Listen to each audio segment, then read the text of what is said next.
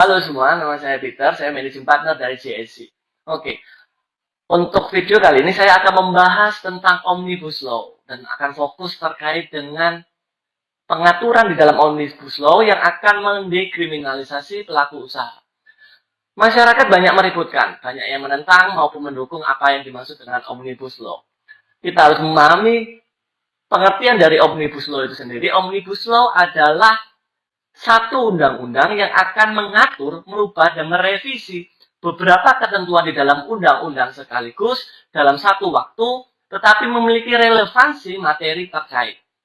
Nah, yang menjadi sorotan, kemarin DPR menerima draft rancangan undang-undang Cipta Kerja dan rancangan undang-undang perpajakan untuk penguatan ekonomi.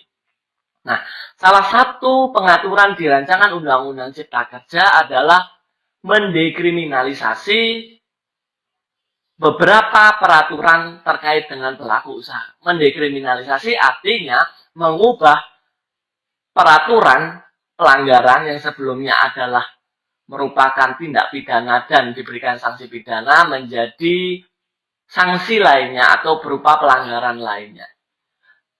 Yang saya catat, ada beberapa dekriminalisasi yang dilakukan oleh RUU Cipta Kerja.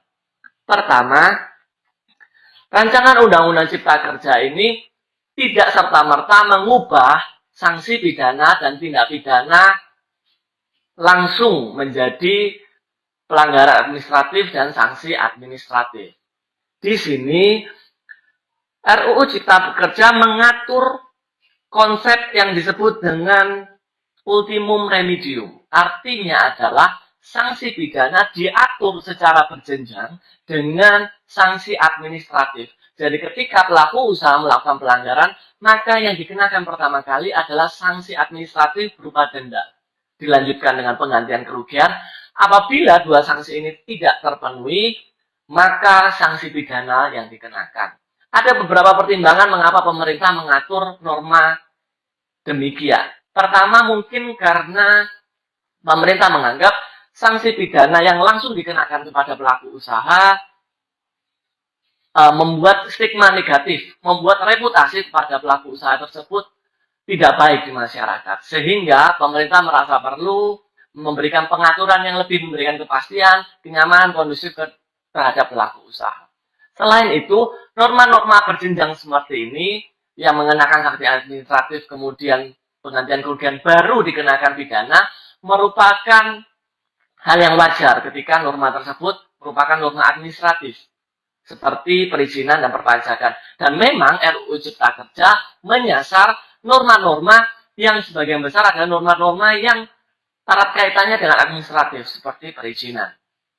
Nah, selain mengatur secara berjenjang tersebut, RUU Cipta Kerja juga mengatur dekriminalisasi dalam bentuk merubah.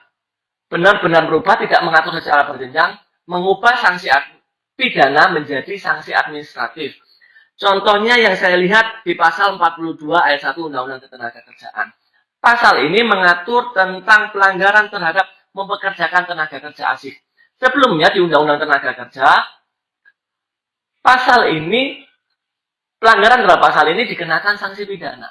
Tetapi oleh rancangan Undang-Undang Cipta Kerja diubah menjadi sanksi administratif. Selain itu, ada beberapa sanksi pidana yang memang benar-benar dihapuskan. Contohnya adalah pelanggaran terkait dengan pemberian upah minimum bagi pekerja. Di pasal 167 junto pasal 184.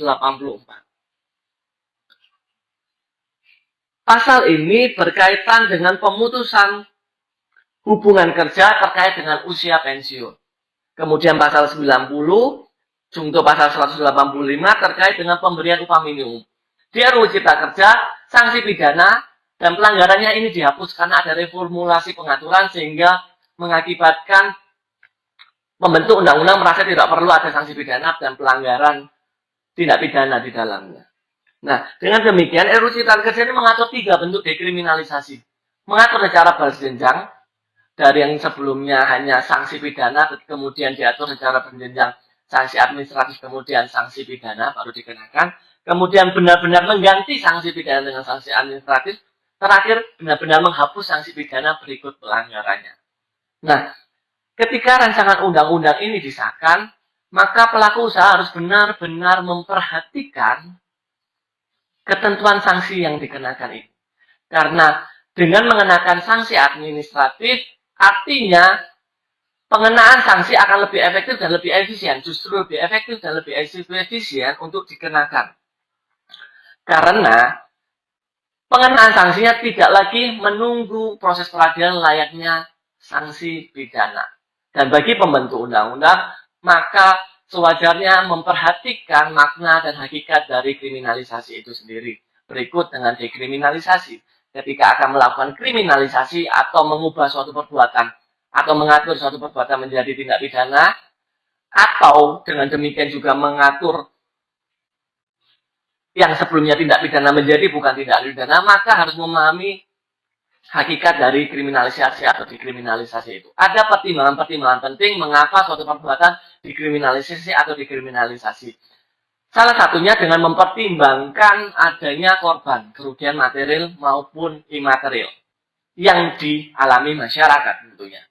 Kemudian yang kedua harus mempertimbangkan beban kriminalisasi dan hasil kriminalisasi apakah proporsional, apakah seimbang. Beban kriminalisasi termasuk alat-alat peradilan pidananya apakah memadai atau justru ketika terjadi pengaturan kriminalisasi atau dekriminalisasi justru memperberat alat kelengkapan dari penegakan hukum sendiri. Yang kedua adalah hasil dari kriminalisasi itu sendiri terkait dengan apakah hasil kriminalisasi justru akan menimbulkan efek kriminogen atau telah menciptakan tertib hukum yang baik di masyarakat. Mungkin itu yang bisa saya sampaikan. Semoga bermanfaat dan mencerahkan kita semua.